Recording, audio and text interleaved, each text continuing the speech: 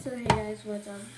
It's not, and so in today's video, we are going to be doing Middle School, The Worst Years of My Life by James Patterson,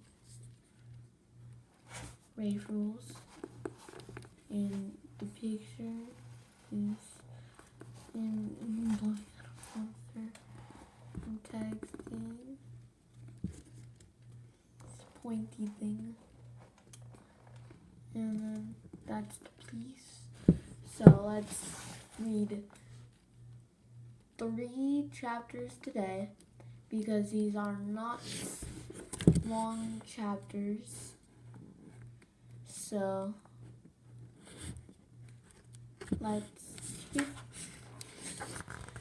into the first page.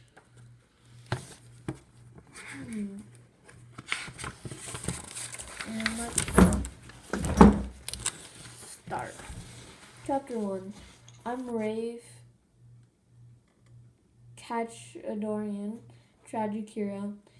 It feels as honest as the day is crummy that I begin this tale of total depression, desperation, and woe with me.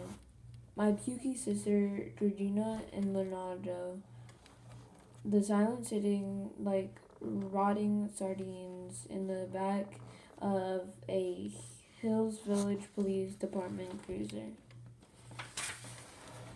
Now, there's a pathetic family portrait you don't want to be part of, believe me. More on the unfortunate village police incident later. I need to work myself up to tell you that disaster story. So, anyway, ta-da. Here it is, book fans and all of you in your need of AR points at school. The true autobio of my life so far. The dreaded middle school years. If you've ever been to middle school, been a middle schooler, you understand already. If you're not in middle school yet, you'll understand soon enough. But let's face it, really understanding me in my nutty life isn't so easy. That's why it's so hard for me to find people I can trust. The truth is, I don't know who I can trust. So mostly I don't trust anybody except my mom, Jules, most of the time anyway. So, let's see if I can trust you. First, some background. That's me. By the way, arriving at prison, also known as Hills Village Middle School and Jules SUV. The picture credit goes to Leonardo the Silent. Getting back to the story though, I do trust one other person. That would actually be Leonardo. This is him showing up at jail, which is actually school.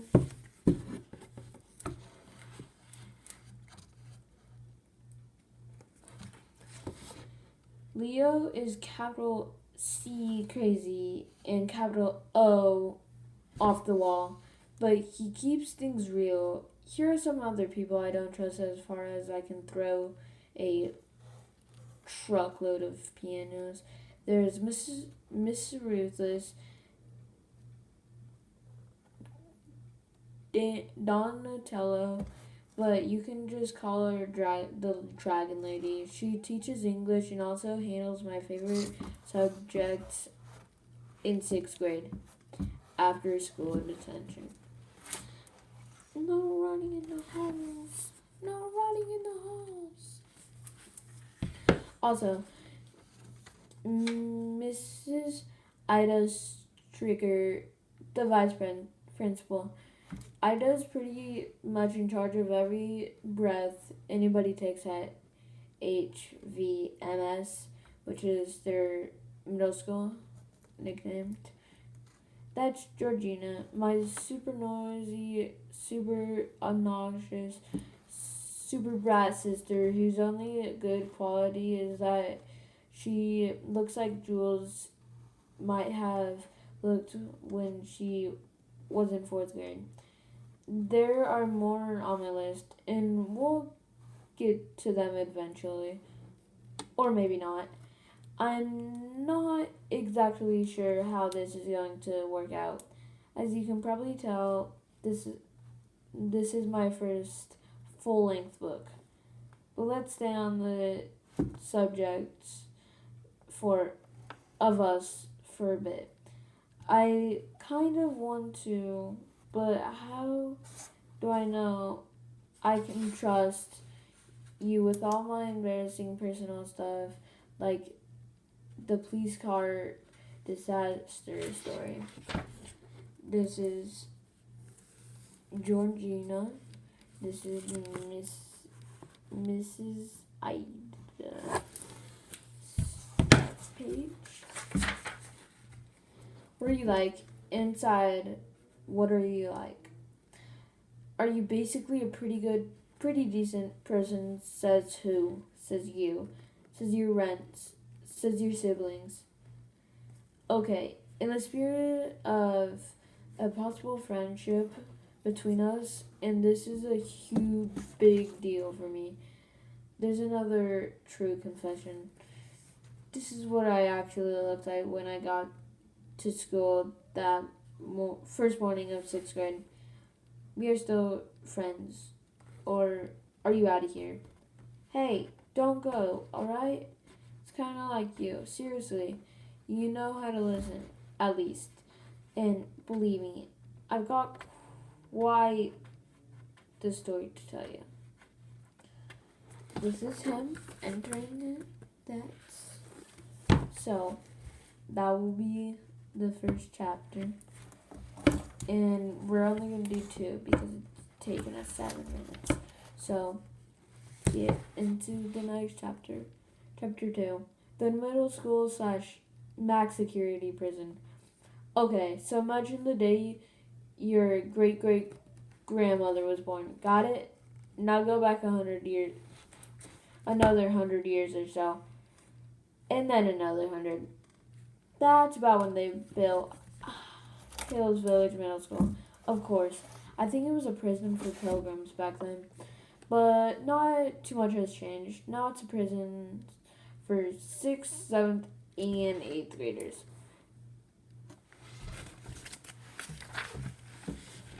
I've seen enough movies that I know when you first get to prison, you basically have 2 choices. 1, pound the living daylights out of someone so that everyone else will think you're insane and stay out of your way. Or 2, keep your head down, try to blend in, and don't get on anyone's bad side. You've already seen what I look like. So, as soon as I got to homeroom, I went straight for the back row and sat as far away from the teacher's desk as possible. There was just one problem with that plan, and his name was Miller. Miller the Killer, to be exact. It's impossible to stay off this kid's bad side because it's the only one he's got. But I didn't know any of that yet. Sitting in the back, he said. Yeah, I told you. I told him. Are you one of those troublemakers or something, he said. I shrugged. I don't know. Not really. Cause this is where all Jewies sit, he said, and took a step closer. In fact, you're in my seat. I don't see your name on it, I told him. And I was just starting to think maybe that was the wrong thing to say when Miller put one of his XXXL paws around my neck, started lifting me like 100-pound dumbbell. Q, what do we have here? Dead meat. I like punching.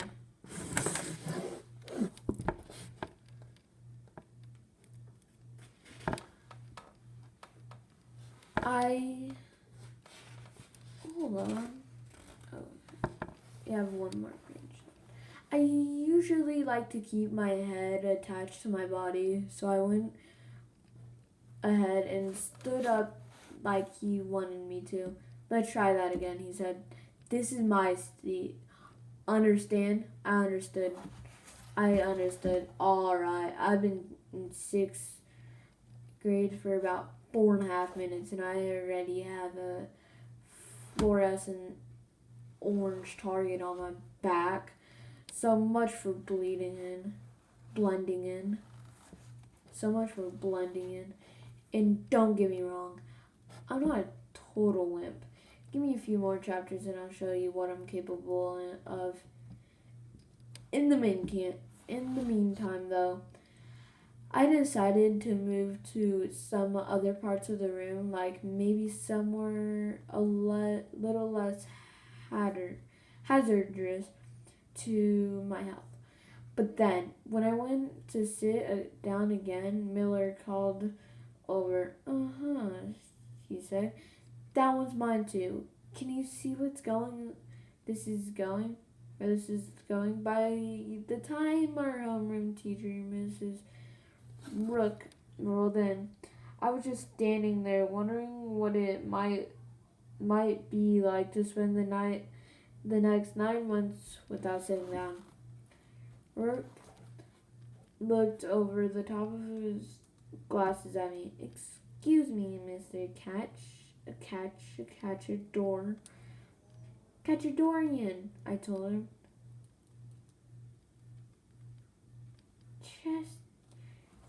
Just and height, somebody shouted, and the entire class started laughing. Quiet, Mr. Rookie snapped as he checked his attendance book for my name. How are you today, Rafe? He said, smiling like there were cookies on the way. Fine, thanks, I answered. Do you find our seating uncomfortable? He asked me. Not exactly, I said, because I didn't really want to go into details. Then sit down, now! Mike Miller, the killer. Mr. Rookie definitely has two sides, and I'd already met both of them. Boring. Now, open your book to page 880 and quiet! Those are his two sides. This is the last page. Since nobody else was stupid enough to sit right in front of the Miller, that was the only seat left in the room. And because I'm the world's biggest idiot sometimes, I didn't look back when I went to sit in my chair, which is why I hit the dirt as I went down, all the way down to the floor. For goodness, given the way things had started off, I figured middle school could only get better from here. The bad news, I was wrong about the good news. So, we left at the beginning of chapter 3. And so, hopefully you guys enjoyed the first 2 chapters of it. The summary basically is him going to prison, which is his middle school, and there's this person called Miller the Killer, and you don't want to get on his bad side, and because that's the only side you can be on. But he kept on saying that was my seat, so when the teacher was walking in, he was staring blankly into the air. And the teacher had 2 sides. One is be quiet. Alright, quiet. And the other one is yelling. And then he thought the good news was that there wouldn't be any more of this. Boom. The bad news was that the good news wasn't right. And that's basically the summary of this. So, I hope you guys enjoyed the video. Make sure to subscribe, and bye.